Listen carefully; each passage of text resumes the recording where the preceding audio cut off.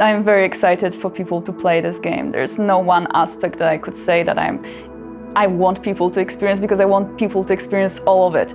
It's such a journey, it's such a big part of our lives, and I just want people to be able to see it.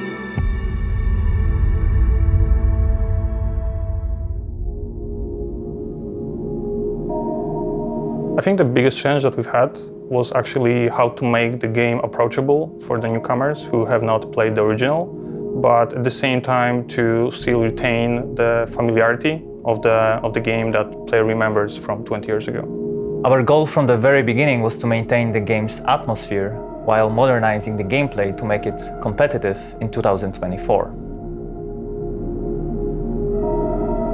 In the remake, the story remains largely the same.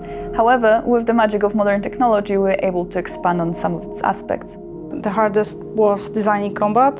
We want to be as faithful as possible to the original game, but also we want players to feel satisfaction while playing, remembering that we need to fit in horror genre standards.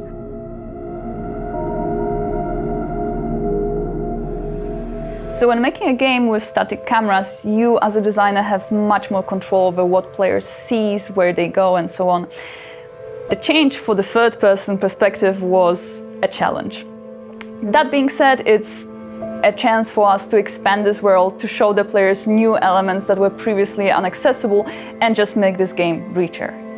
The main thing that requires rethinking was the fog, because it was called classic in the original game, and it's a veil that covers the world and makes the player to feel even more isolated. New technologies gives us a chance to do things that were not possible during the earlier generations of video games. For narrative, this is very visible in facial expressions. We can tell so much through just the subtle changes on characters' faces. The presented gameplay footage shows a fragment of the city from the beginning of the game and sections in Brookhaven Hospital. The fight against monsters is prepared in a more tactical form, and it's mainly based on the varied designs of the enemies. James is not used to fighting, so his arsenal of attacks is limited. Adapting your approach to a situation will be the key to success. However, your playing style, among other things, determines what ending you will discover.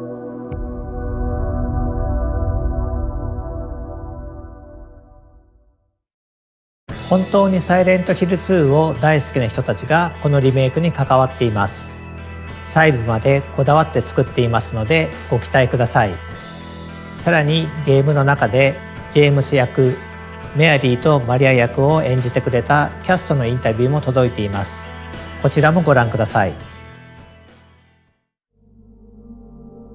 So I'm Luke Roberts and I'm playing James Sunderland in the remake of Silent Hill 2. My name is Salome Gunnarsdottir and I play Mary/Maria. When you're playing an iconic character such as James Sunderland, you obviously have to respect the original. When playing these characters in this game, the thing that I paid most attention to was the original game. So he is not an action hero by any means.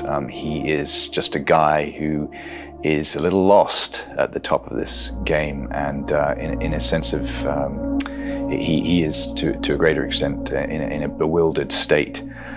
So it's very interesting charting his journey.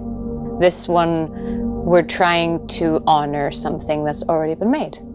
And so it's not me creating something, it's me channeling something. The tone of this game is very important. And the team at Bloober were very keen to create an incredible atmosphere for the gamers. I do believe that this will be trying its very best to capture and recapture the atmosphere, the vibe, and the story, and sometimes like the literal words and moments of the original.